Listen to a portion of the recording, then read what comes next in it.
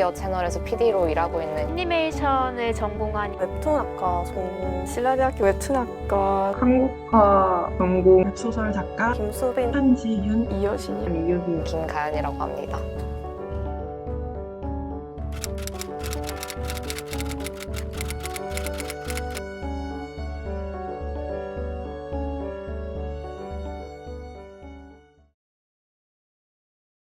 안녕하세요. 저는 미디어를 전공하고 있고 지금은 유튜브 뉴미디어 채널에서 PD로 일하고 있는 김가연이라고 합니다. 학교 다니는 동안에는 계속 다큐멘터리나 단편 영화 같은 작업을 했었었고 지금은 회사에 들어와서 이제 회사의 유튜브 콘텐츠를 만드는 작업을 하고 있습니다. 작업 특성상, 그 회사 특성상 약간 언어 번역 같은 게 좀 필요한 편인데 그 과정에서 AI를 활용해서 번역에 도움을 받는다거나 간단한 작업들도 명령을 해서 사용하고 있는 편입니다. 네. 정말 뭔가 아이디어를 기획할 때 너무 아무것도 안 떠오른다 하면은 조금 질문을 던져서 약간 실마리를 얻을 수 있는 그런 계기가 되기도 하고 아니면 내가 한 생각이 어떻게 체계적으로 받아들여질지가 궁금할 때 조금 체계적으로 답변을 해주는 게 장점인 것 같아요.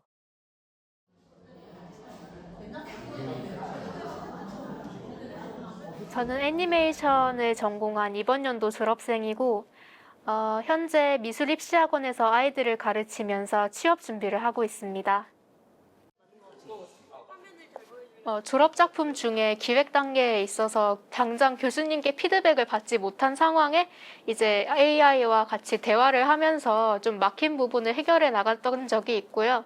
그리고 제작 단계에서도 이제 뭐 필요한 자료를 찾기가 좀 힘들다거나 아니면 자료가 너무 많아서 고르지 못할 때 혹은 넣어야 되는 푸티지를 찾을 때 그냥 일일이 찾는 것보다 AI를 통해서 영상을 직접 제작하거나 사진을 만든 경우가 있습니다. 우선은 일일이 찾지 않아도 된다는 점에서 시간 단축이 굉장히 많이 되었고 기획 단계에서 좀 막혔을 때 아이디어의 확장에 굉장히 도움이 많이 되었습니다. 에스키스 단계에서 사용해본 경험이 있습니다. 작업 구상을 시각화할 때 아이디어를 다양하게 확장시켜 볼 수 있어서 유용하다고 생각합니다. 에스키스 단계에서 빠르게 다양한 이미지 아이디어를 시각화할 수 있어서 시간 단축 면에서 큰 도움이 되었습니다.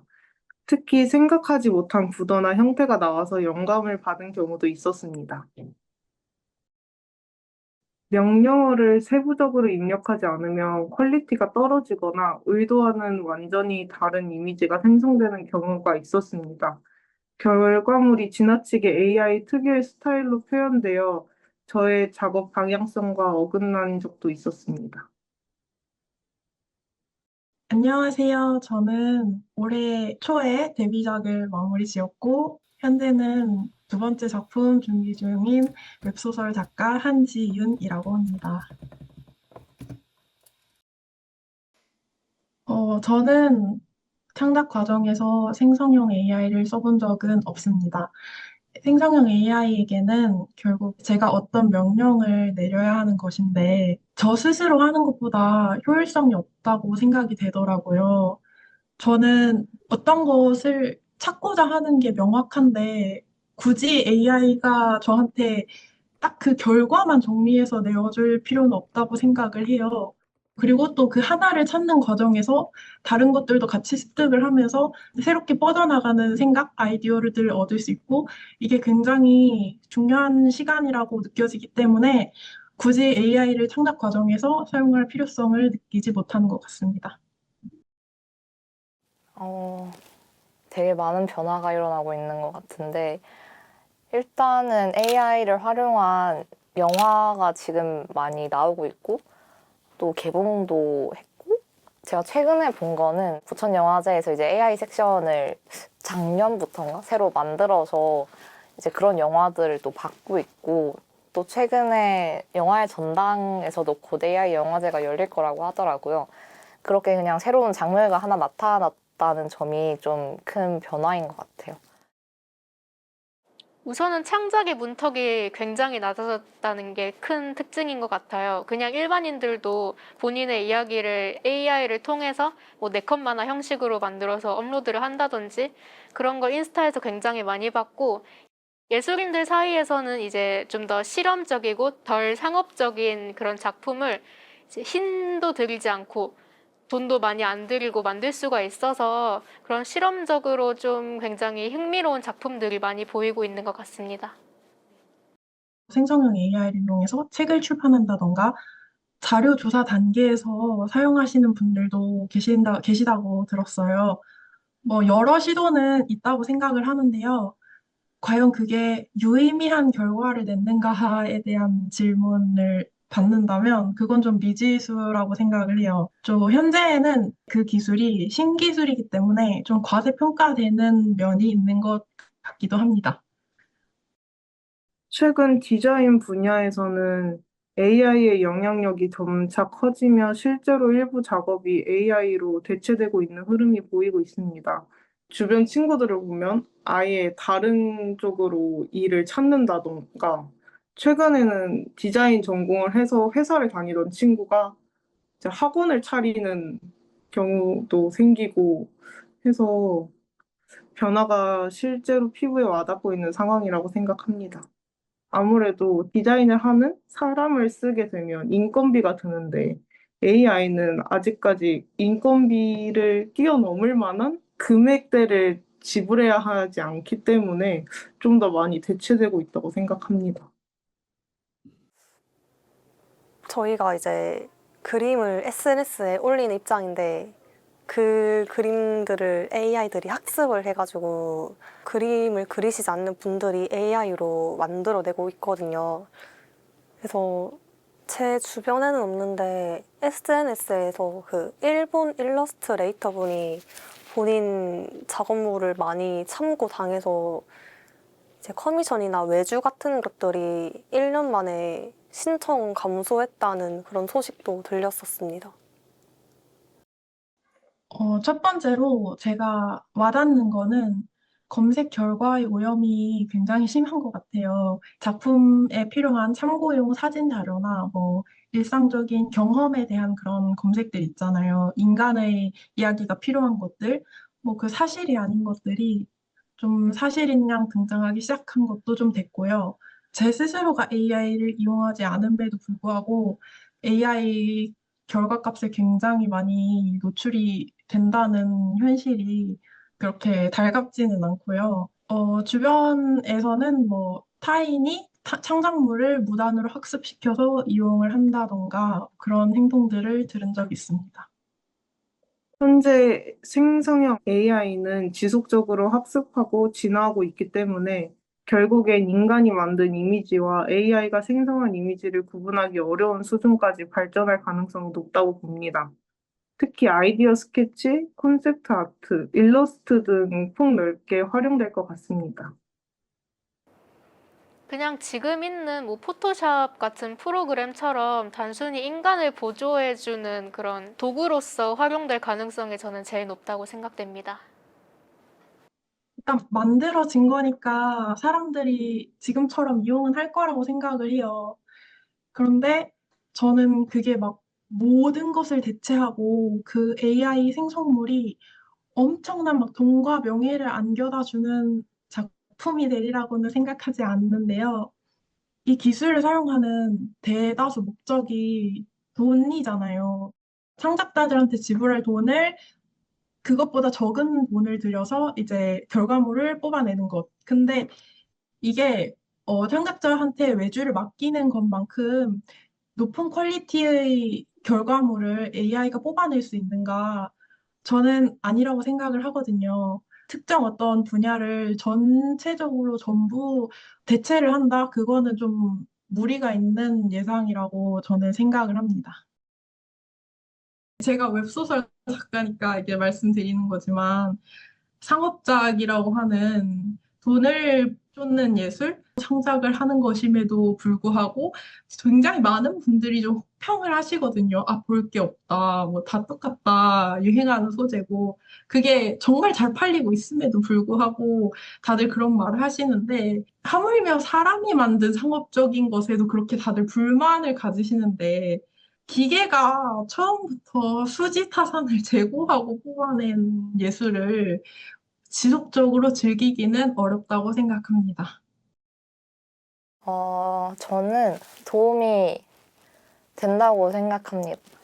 그 전에는 정말 모든 걸 하나하나 다 스스로 뭐 촬영과 편집과 그런 것들을 다 해야 했기 때문에 도전을 하고 싶어도 약간 진입장벽을 느끼는 사람들이 많을 수도 있다고 생각하거든요. 그 컨텐츠를 다른 사람들이 만드는 거에 있어서 조금 더 쉽게 도전을 해볼 수 있다는 점이 좀 큰 장점인 것 같아요.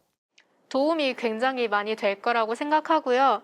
창작은 물리적인 시간이 꽤나 많이 드는 활동이고 그 시간 동안 본인의 작업물에도 피로를 많이 느끼는데 그때 이제 AI를 활용하면 시간 단축이 되면서 작업에 좀 더 추진력을 얻을 수 있을 거라 생각하고 저 같은 경우에는 그냥 뭐 그리기 자신 없는 개체 같은 경우에는 사진을 찾아가지고 트레이싱 한 다음에 그 중앙을 이제 애니메이팅을 직접 그려가면서 채우는 편인데 AI가 있으면은 원하는 사진을 바로바로 만들어낼 수 있으니까 시간 단축이 더 잘 되겠죠. 또한 창작에 있어서 가장 어려운 것은 시작이라고 생각을 하는데 뭐 예술가들은 혼자 골방에서 작업을 하는 경우가 많기 때문에 AI랑 대화를 하면 보통 인간과 대화하는 것보다도 더 눈치를 볼 필요도 없고 좀 더 날 것의 대화를 나눌 수 있기 때문에 그 과정에서 아이디어의 물꼬를 트는데 굉장히 도움이 많이 될 거라 생각합니다. 그림을 그린다, 뭐 창작을 한다라는 행위를 단순하게 이제 정말 기술로만 여겼을 때는 그런 위기감이 많이 찾아올 수는 있겠지만 자기 실력 때문에 못했던 거를 도움을 받으면서 이제 더 높은 수준의 작품을 만들 수 있는 거니까. 지인의 경우 그림 실력은 다소 그냥 보통 수준이나 캐릭터를 구상하고 스토리를 구상하는 능력이 뛰어난 분이 한 분 계시는데요. 그분 같은 경우는 본인의 매력적인 스토리에 걸맞는 매력적인 캐릭터를 AI를 통해서 만들었고 지금 꽤 많은 팬층을 얻고 있다고 들었습니다. 자신의 부족한 점을 좀 보완을 해줄 수 있는 도구로 좀 많이 생각을 하고 있고 위기감을 느끼는 사람은 솔직하게 말해서 그냥 단순하게 진짜 그림만 잘 그리는 사람이라고 생각을 하거든요. 솔직히 지금 대학교 강의만 들어도 교수님들이 AI는 꼭 배워놔라라고 지금 하는 추세이기도 하고 업계 분위기는 지금 긍정적입니다. 다 배워야 된다는 의견이고. 네, 저는 생성형 AI가 창작 과정에서 일정 부분 도움이 된다고 생각합니다.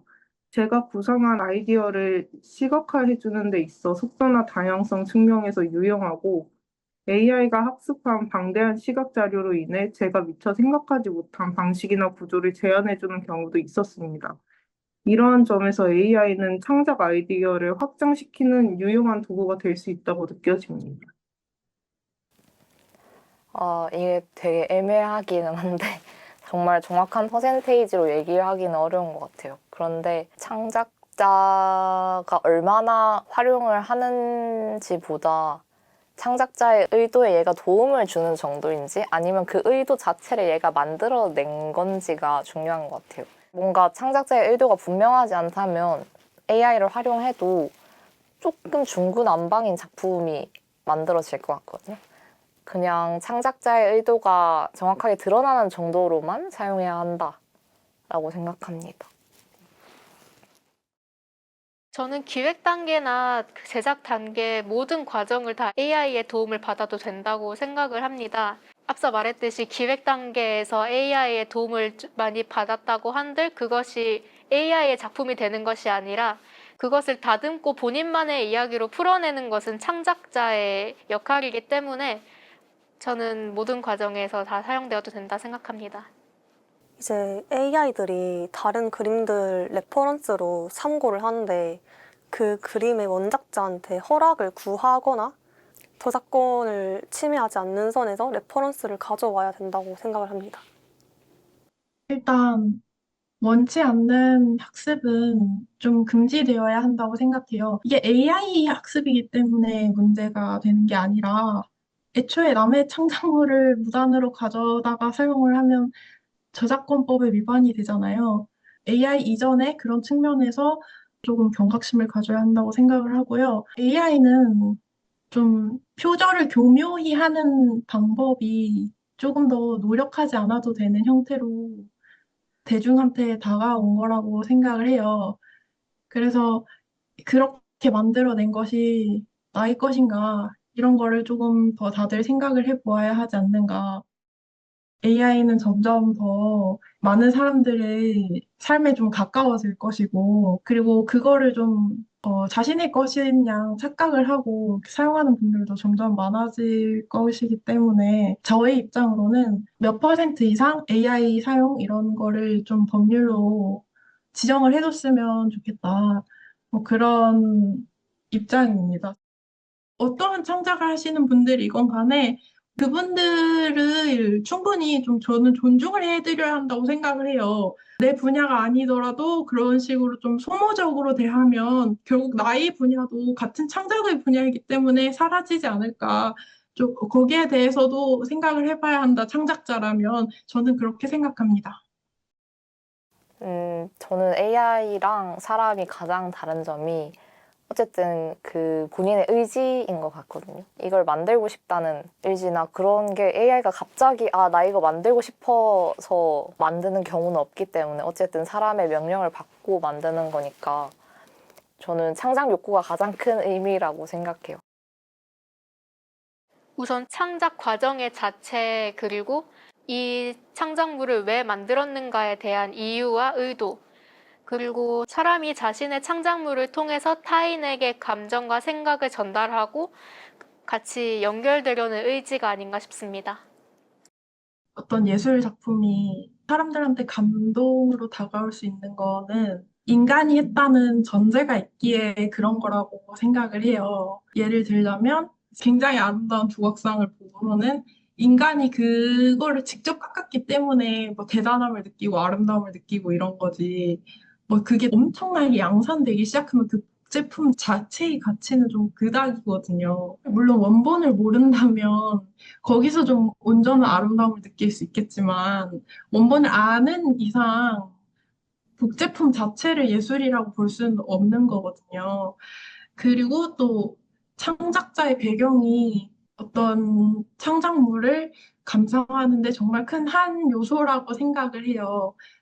그리고 뭐 시를 해석할 때 이제 배경을 알으라 이런 말씀들 하시잖아요. 그걸 알고 보면은 그 이제 감상이 달라지는 경험을 모두가 하듯이 AI한테는 그런 배경이 없기 때문에 그것이 인간의 창작이 가진 가치라고 생각을 해요.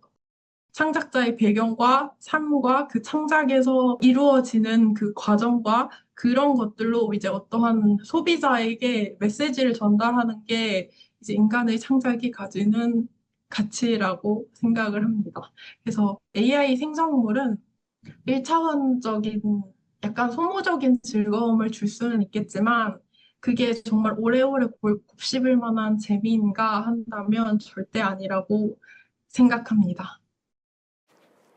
AI만큼 넓은 시야와 센스가 필요하다고 생각하고 자신이 무엇을 창작하고 싶은지, 왜 창작하려고 하는지 그런 의도에 대해서 정확하게 파악하는 것이 가장 중요하다고 생각합니다.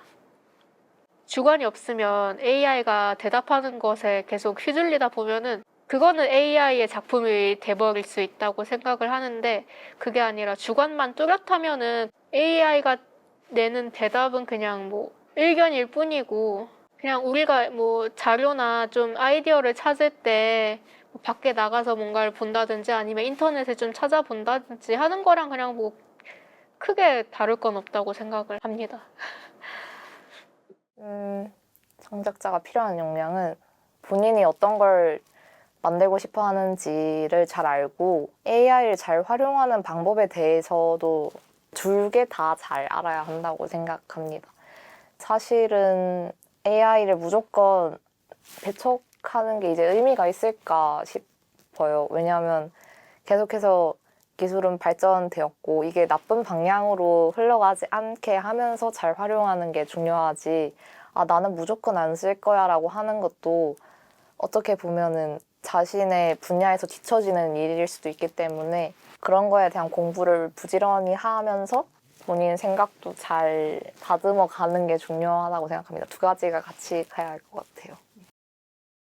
AI로 추출된 작업물이 완전히 새로운 작업물인 게 아니라 어쨌든 다른 작업물을 토대로 만들어진 프로그램이기 때문에 약간 내 것이 아닌 거를 오로지 내 힘으로 하지 않은 창작물을 가지고 사람들한테 보여주기를 선택을 했을 때 정말 본인의 작업물이라고 자부할 수 있는지 그런 생각을 조금 깊게 했으면 좋겠다.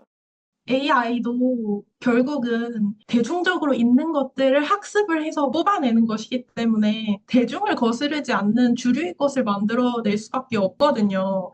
그리고 뭐 인간이 사실 만들어내는 것도 그리 다양하지 않기도 하고요. 근데 그걸 보고 학습을 해서 뭔가 획기적인 것을 낼 수는 없다고 생각해요. AI도 사람의 창작물이나 그런 인풋을 통해서 만들어진 거다 보니까 결국에 AI의 도움을 받는 게 다른 사람의 창작물을 도움을 받는 것과 비슷하다고 할 수도 있을 것 같아요. 그래서 좀 경각심을 가져야 할 필요는 있는 것 같습니다. 네. 저는 단지 이 기술이 굉장히 매력적으로 보이기 때문에 좀 열광하는 그 과도기를 지나고 있다고 생각을 하거든요. 그래서 불안해하는 창작자분들이 계시다면 그냥 계속 하시라고, 저와 같이 계속 하시라고 이제 말씀드리고 싶고요. 나만의 길을 가는 사람이 결국은 승리할 거라고 생각을 합니다. 거장의 스토리는 흔하지 않듯이 모두가 천재는 될 수 없겠지만 인간은 다 다르기 때문에 나만의 것을 만들면 나라는 개인에게서 매력을 느끼는 수요층이 분명히 있을 것이라고 생각을 합니다.